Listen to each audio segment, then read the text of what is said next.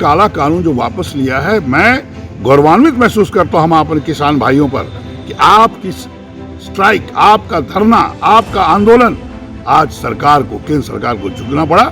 हम आग्रह करेंगे कि आप लोग ऐसे ही कभी भी ऐसा कानून आए तो आंदोलन करिए और कांग्रेस पार्टी आपके साथ रहेगी, आदरणीय राहुल गांधी जी आपके साथ रहेंगे। नमस्कार, मेरा नाम बीना है और आप द इंडिया टॉप देखना शुरू कर चुके हैं। 3 कृषि कानून बिल जो आया था, इसको अब वापस ले लिया गया है। मोदी सरकार ने इसको वापस ले लिया है और आज अपने संबोधन में पीएम नरेंद्र मोदी ने इस फैसले का ऐलान किया है। इसके बाद तमाम तरह के विपक्षी दल जो है वो अपनी अपनी प्रतिक्रियाएं दे रहे हैं कि काला कानून को वापस कर लिया गया और इसको लेकर अब बिहार में भी सियासत तेज हो गई है। आपको बता दें कि आरजेडी के बाद अब कांग्रेस के नेता अजीत शर्मा ने इसको लेकर कई बयान दिए हैं। कहा है कि ये जो है किसानों के हक में ये फैसला आया है। सबसे पहले तो सुनिए कि किस तरह उन्होंने मोदी सरकार को घेरा है। यह तो काला कानून था ही।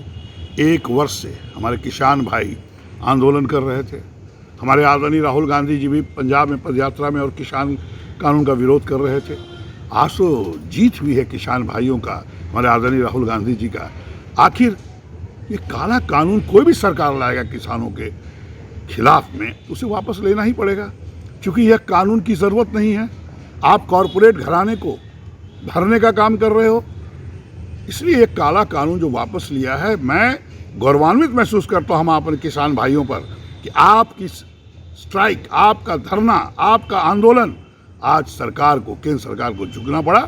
हम आग्रह करेंगे कि आप लोग ऐसे ही कभी भी ऐसा कानून आए तो आंदोलन करिए और कांग्रेस पार्टी आपके साथ रहेगी, आदरणीय राहुल गांधी जी आपके साथ रहेंगे। उन्होंने कहा कि किसानों को हम समझा नहीं पाए, इसलिए हम वापस ले रहे हैं। ऐसा है कि कोई कानून बनता है, जिस दिन से बना उसी दिन से विरोध हो रहा है। किसान भाइयों को समझा नहीं पाइएगा, वो तो अन्नदाता हमारे हैं। किसान तो हमेशा पूरे देश की जनता को अन्न देने का काम करते हैं। क्या वो बेवकूफ़ थे जो समझा नहीं पाए? अब आपको किसान वापस आपको ये कानून लेना पड़ा, इसलिए कि ये कानून गलत था।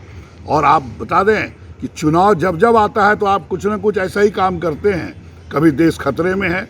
आदरणीय इंदिरा गांधी जब थी और पाकिस्तान ने दुस्साहस किया था, 2 फाक में टुकड़ा कर दिया था पाकिस्तान को। आप यह कह के जनता को गुमराह करके वोट लेते हैं। और आज किसान भाइयों का जो आंदोलन चल रहा था, आप 1 वर्ष तक ध्यान नहीं दिए। अभी आपको यूपी चुनाव और कोई चुनाव आता है तो उसके बाद आपको ध्यान लगता है। आप तो गलत काम कर ही रहे हैं।